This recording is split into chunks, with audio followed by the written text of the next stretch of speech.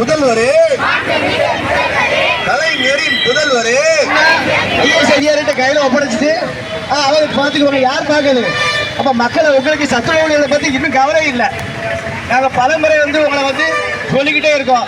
இந்த நிலை நீடித்தால் தமிழக முதல்வர்களே துணை முதலமைச்சரும் சேர்த்தான் சொல்றோம். நீங்க முதலமைச்சராக இருக்க, அடுத்த முதலமைச்சரை வாங்க, நாங்கள் அதை வரவேற்க தயாரா இருக்கோம். அதே நேரத்தில் சத்துணவுடைய கோரிக்கை நீங்கள் நிறைவேறப்படாவிட்டால் அடுத்த கட்ட நடவடிக்கை நாங்கள் தீவிர போராட்டம் ஆரம்பிக்கிறோம். போட மாட்டோம் சென்டர்ல. இப்போ நாங்கள் என்ன நினைக்கிறோம்னா, எங்களுடைய குழந்தைகள் பாதிக்கப்படக்கூடாது. நாங்கள் பள்ளியில் வேலை பார்த்துட்டு இருக்கோம்.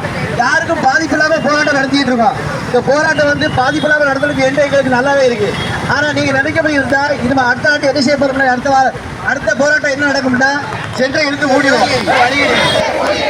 10 அம்ச கோரிக்கைகளை உடனடியாக நிறைவேற்று. அழைத்து பேசு, அழைத்து பேசு, அழைத்து பேசி நல்ல முடிவை உடனடியாக ஏற்படுத்த மறுப்பாயானால் தீவிரமாகும் போராட்டங்கள் தீவிரமாகும். போராட்டங்கள் வேண்டாம் என்று போதனைகள் செய்வோரே, போராட்டங்கள் யாராலே? ஒரு பற்ற அரசாலே. நியாயம் எங்கள் கோரிக்கை